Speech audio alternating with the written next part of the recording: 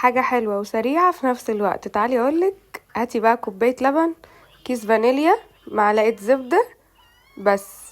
وتعالي ما اقولك نعمل ايه. اهم حاجة ما تنسيش الدقيق.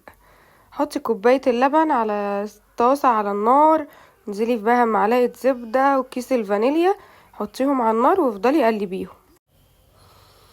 هنقلب بقى الحاجات الحلوة دي لحد ما حتة الزبدة دي تدوب كده في اللبن. لحد كده لا. عملتها ازاي يا أروبة؟ هقولك الأروبة عملتها ازاي. هناك حطينا كوباية سكر، عليها كوباية مية وكيس الفانيليا وحتة الزبدة، وسبناهم على النار يغلوا براحتهم لحد ما نخلص الوصفة بتاعتنا. لحد كده لا، لسه ما خلصناش. دوبي معلقة الزبدة الجميلة الحلوة دي في شوية اللبن، والنتيجة في الاخر هتبهرك، مش هتتوقعيها، وسهلة وسريعة. لحد كده لا، لسه ما خلصناش. استني بقى اما تغلي عشان هننزل عليها بكوباية من نفس كوباية اللي عايرنا بيها اللبن، كوباية دقيق. والله كوباية دقيق هننزل فيها في الطاسة. في الطاسة. خليكي بس معايا للاخر. المهم دي مش كوباية كاملة، دي كوباية الا ربع. كوباية الا ربع. عندك المعيارات اللي زي اللي عندي دي اعملي بيها، ما عندكيش خلاص مش مشكلة ولا هيأثر في حاجة. عايري بكوباية عادية خالص.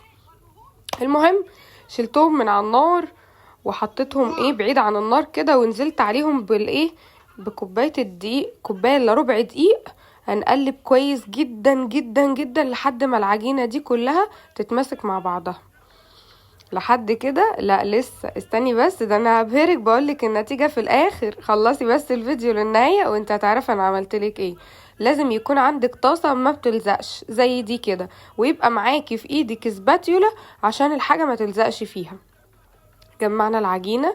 بصوا، عايزة اقولك العجينة لو طلعت معاكي ناشفة ومش ملمسها حلو كده، حط لها شوية لبن بس. لا لسه. بصي بقى، انا ما لقيتش حاجه اشكل بيها بصراحه، ما لقيتش احسن من كده. عندك بقى شوكه اعملي فيها شكل، ما عندكيش يا ستي حمري في الطاسه زي ما هي وخلاص.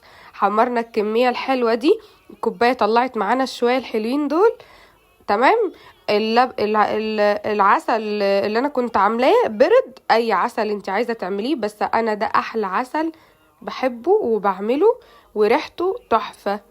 انزلي بقى عليه بالعسل كده وقلبيه، خليه كله يبقى فيه عسل، وحطيه يبرد ودوقي بقى الحلويات. احلى تاكلي حاجه كده ما تفهميش يا بلح شام معجنات في حاجه فيها عسل. لا لا لا، في حته تانية خالص.